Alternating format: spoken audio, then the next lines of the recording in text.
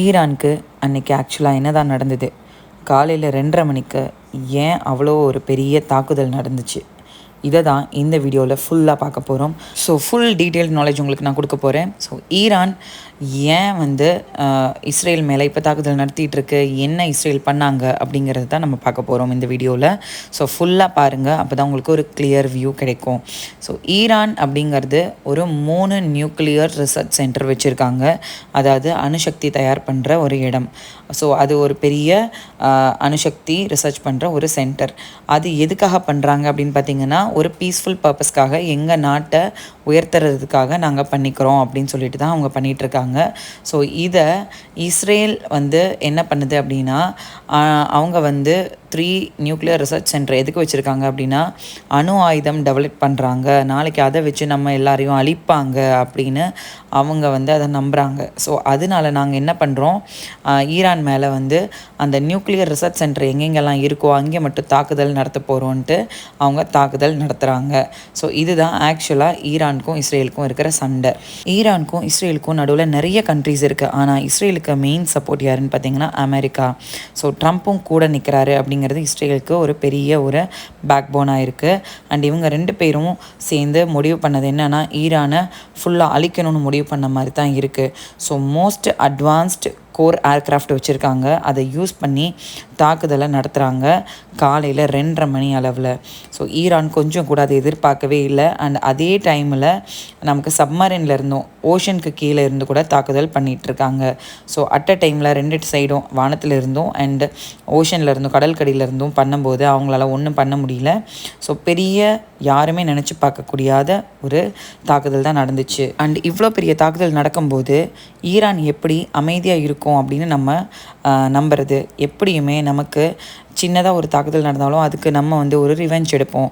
And இது ஈஸியாக எடுத்துக்கக்கூடிய ஒரு தாக்குதல் கிடையாது. நிறைய உயிரிழப்பு நடந்திருக்கு. அண்ட் ஈரான் அதுக்கப்புறம் நம்ம அமைதியாக இருக்கும் அப்படின்னு நம்புறது நம்ம முட்டாள்தனம். ஸோ ஈரான் அவங்க இஸ்ரேல் மேலே தாக்குதல் நடத்துவாங்கங்கிறது கன்ஃபார்மாக தெரிஞ்சிருச்சு. பட் ஈரான் என்ன கோவப்பட்டது அப்படின்னு பார்த்தீங்கன்னா, அமெரிக்கா ஏன் உள்ளே வந்தது, ஈரானுக்கும் இஸ்ரேலுக்கும் தானே பிரச்சனை, இதில் நடுவில் ஏன் அமெரிக்கா தாக்குதல் பண்ணாங்க. ஸோ நாங்களும் ஆப்வியஸாக Iran has the right to attack America அப்படிங்கிறது ரொம்ப ஸ்ட்ராங்காக அவங்க சொல்லிகிட்ருக்காங்க. ஸோ அந்த மாதிரி சொல்லிகிட்டு இருக்கும்போது நீங்கள் யோசிக்கலாம், இஸ்ரேலுக்கு மட்டும் ஏன் அமெரிக்கா ஒரு தோள் கொடுக்குது அப்படின்னு, ஈரானுக்கு ஏன் யாரும் வரல? அஃப்கோர்ஸ் ஈரானுக்கு ரஷ்யா அண்ட் சைனா ஃப்ரெண்ட்ஸாக இருந்தால் கூட ஏன் எதுக்கும் எடுத்து சப்போர்ட் பண்ண மாட்டேங்கிறாங்க அப்படின்னு பார்த்தீங்கன்னா, ஈரான் ஃபாலோ பண்ணுறது ஷியா முஸ்லீம் அப்படிங்கிற அந்த ஒரு இதில். ஸோ மற்ற சுற்றி இருக்கிற எல்லா கண்ட்ரிஸும் பார்த்திங்கன்னா, அதாவது குவைத், துபாய், அபுதாபி, யுஏஇ அவங்கெல்லாம் பார்த்திங்கன்னா சனி முஸ்லீம் அப்படின்னு நிறைய பேர் அங்கே இருக்காங்க. ஸோ இதுலேயே இவங்களோட வழிபாட்டு முறையெல்லாம் வேறு மாதிரி இருக்கிறதுனால இவங்களுக்கு அதை வச்சே நிறைய பிரச்சனைகள் இருந்துகிட்டு ஸோ ஈரான் அதனால தான் தனித்து இருந்திருக்கு. ஸோ ஈரானை நம்ம ஏன் பெருசாக கொண்டு வரணும் அப்படின்னு மற்ற நாடுகள் நினைக்கக்கூடிய காரணமும் அதுதான். ஸோ இப்போது ஈரான் நாங்கள் அமெரிக்கா மேலேயும் தாக்குதல் நடத்துறதுக்கான எல்லா உரிமையும் எங்களுக்கு இருக்குது, ஏன்னா தேவையில்லாமல் அவங்க உள்ளே வந்துட்டாங்க அப்படின்னு தான் இப்போ தாக்குதல் அட்டாக் பெருசாக இருக்க போகுது அப்படின்னு நமக்கு தெரிய ஆரம்பிச்சுது. ஸோ இஸ்ரேல் விசஸ் ஈரான் அப்படிங்கிறது போக இப்போது Israel versus Iran versus America அப்படிங்கிற மாதிரி வந்துருச்சு. இது கண்டினியூ ஆகக்கூடாது அப்படின்னு நினச்சி ஈரான் பிரசிடெண்ட் இந்தியா பிரைம் மினிஸ்டரை கால் பண்ணுறாங்க. அந்த கால் 45 மினிட்ஸ்க்கு இருக்குது. ஸோ ஈரான் அகெயின்ஸ்ட் அமெரிக்கா இருக்கும்போது அமெரிக்கா என்ன சொல்கிறாங்க அப்படின்னா, அமெரிக்கா கவர்மெண்ட் நியூக்ளியர் ஃபெசிலிட்டியை மட்டும்தான் நாங்கள் அழிக்கிறதுக்கு ட்ரை பண்ணோம், அதை நாங்கள் அழிச்சிட்டோம். ஸோ இதுக்கு மேலே நீங்கள் ஒன்றும் பண்ணாதீங்க, அமைதியாக இருங்க அப்படிங்கிறத அவங்க சொல்லியிருக்காங்க. அண்ட் இஸ்ரேலும் நாங்கள் தாக்குதல் நடத்துறதுக்கான காரணமும் அதுதான் அப்படின்னு சொல்லிட்டு தான் இந்த 11 நாள் இந்த சண்டை அதிகமாகிட்டு இருந்திருக்கு. பட் ஈரான் நம்மளுக்கு திரும்பி ரிட்டன் அவங்க ரிவெஞ்ச் எடுக்க மாட்டாங்கன்னு எப்படி இவங்க நம்பினாங்க நமக்கு தெரியல. ஸோ ஈரான் பிரசிடெண்ட் கால் பண்ணி இந்த விஷயம்லாம் சொல்லும்போது நம்ம இந்தியன் பிரைம் மினிஸ்டர் என்ன சொன்னாங்க அப்படின்னா, நீங்கள் 2 பேருமே, அதாவது ஈரான் அண்ட் இஸ்ரேல் 2மே அமைதியாக போகிறது தான் பெஸ்ட் அப்படிங்கிறது தான் நம்ம இந்தியன் ப்ரைம் மினிஸ்டர் வந்து சொன்னாங்க. ஸோ இதுக்கப்புறம் ஈரானோட பெரிய பிளான் என்னவாக இருக்கும் அப்படின்னு யோசிக்கும்போது வேர்ல்டு அளவில் 20% ஆஃப் ஆயில் நமக்கு ஈரான் ரூட் வழியாக தான் வந்து நமக்கு வருது. ஸோ இவங்க நம்மளை பழி வாங்கணும் அப்படின்னு நினச்சாங்கன்னா இந்த ஆயில் போகிற ரூட்ஸை பிளாக் பண்ணாங்கன்னா நமக்கு இந்த ஆயிலோட விலை அதிகமாகிறது நம்மளால் பார்க்க முடியும். ஸோ அதுலேயும் இந்தியன் மக்களுக்கு தான் ரொம்ப இதில் வந்து அதிகமான பாதிப்பு இருக்கும். ஏன்னா நமக்கு அந்த பக்கத்துலேருந்து 80% ஆஃப் ஆயில் வருது.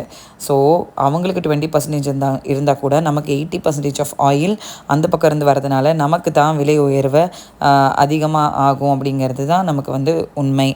ஸோ இதுக்கப்புறம் ஈரான் அண்ட் இஸ்ரேல் வந்து பதிலடி கொடுக்க முடியுமா இல்லை கொடுக்க ஸ்டார்ட் பண்ணுறாங்களா என்னங்கிறத பார்க்கணும் அப்படின்னு இருந்தபோது ஈரான் வந்து என்ன பண்ணியிருக்கு அப்படின்னு பார்த்திங்கன்னா அமெரிக்கா மேலே டைரெக்டாக தாக்குதலை ஸ்டார்ட் பண்ண ஆரம்பிச்சிட்டாங்க. அதாவது மிடில் ஈஸ்டில் ஈரான் தாக்குதல் நடத்த ஸ்டார்ட் பண்ணிட்டாங்க.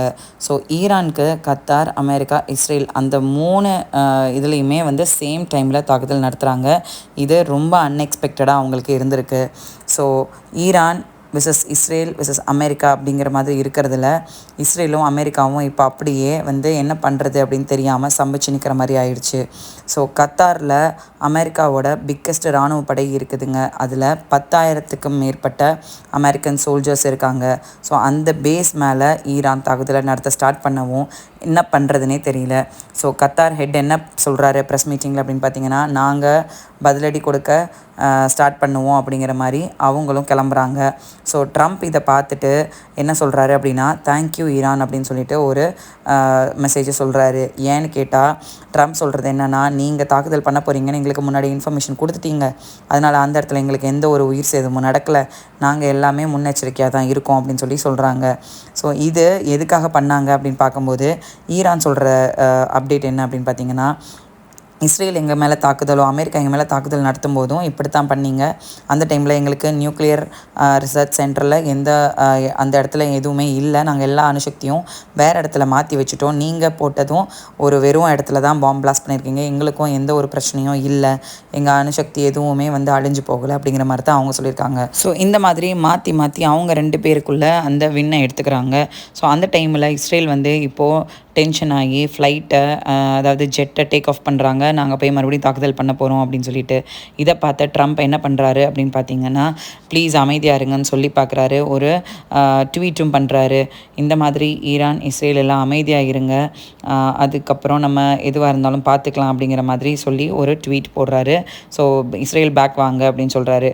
ஸோ ஈரானும் என்ன பண்ணுறாங்க அப்படின்னு பார்த்தீங்கன்னா ரெடியாக தான் இருக்காங்க. பட் இஸ்ரேல் ட்ரம்ப் சொன்னதை கேட்டுட்டு என்ன பண்ணுறாங்கன்னா ஃப்ளைட் எடுத்ததை சும்மா ஈரானை மட்டும் சுற்றிட்டு மறுபடியும் போய் இஸ்ரேலில் லேண்ட் பண்ணிட்டாங்க. ஸோ எந்த ஒரு பிரச்சனையும் இல்லாமல் ஈரான் அதனால் என்ன நடக்க போகுது அப்படின்னு பார்த்திங்கன்னா கவர்மெண்ட் அதே மாதிரி தான் இருக்க போகுது. அடுத்து இவங்க இன்னுமே வந்து அந்த அணுசக்தியை அதிகமாக தயாரிக்க ஆரம்பிப்பாங்க. ஸோ எந்த ஒரு சேஞ்சஸும் இருக்க போகிறது இல்லை. ஸோ இதுலேருந்து இஸ்ரேல் ஹெட் என்ன சொல்ல வர்றாருன்னா நான் நியூக்ளியர் சென்டரை அழிச்சிட்டேன் அப்படின்னு அவர் தரப்ப சொல்கிறாரு. ட்ரம்ப் என்ன சொல்கிறாருன்னா நான் வந்து 2 பேருக்கும் பேசி சுமூகமாக இதை முடிச்சு வச்சுட்டேன் அப்படிங்கிறாரு. ஆனால் பெரிய கெட்ட பேர் என்ன அப்படின்னா இதில் ட்ரம்ப் உள்ளே வந்ததான், அமெரிக்கா உள்ளே வந்ததான், இஸ்ரேலுக்கும் ஈரானுக்கும் இருக்கிற பிரச்சனையில் ட்ரம்ப் உள்ளே வந்திருக்கவே கூடாது. அண்ட் அவர் எலெக்ஷனில் ஜெயிக்கும் போது என்ன சொன்னார்னா நான் எந்த ஒரு வேறு நாட்டு போருக்கும் போக மாட்டோம் அப்படின்னு தான் சொன்னார். ஸோ அதை வந்து அவர் கடைப்பிடிக்கலை அப்படிங்கிறது ஒரு பெரிய தப்பான ஒரு விஷயமா அவர் மேலே கருதப்படுது. அண்ட் இதெல்லாம் நடந்து போக லாஸ் என்ன அப்படின்னு பார்த்தீங்கன்னா உயிரிழப்பு தாங்க. எவ்வளோ பேர் அம்மா அப்பா இல்லாமல் குழந்தைங்க இறந்து அம்மா அப்பா இப்படின்னு சர்வை பண்ணுறாங்கன்னு தெரியல. ஸோ ஃப்யூச்சரில் ரொம்ப பீஸ்ஃபுல்லான லைஃப் நம்ம எப்போ வாழ போகிறோம் அப்படின்னு நமக்கு தெரியல.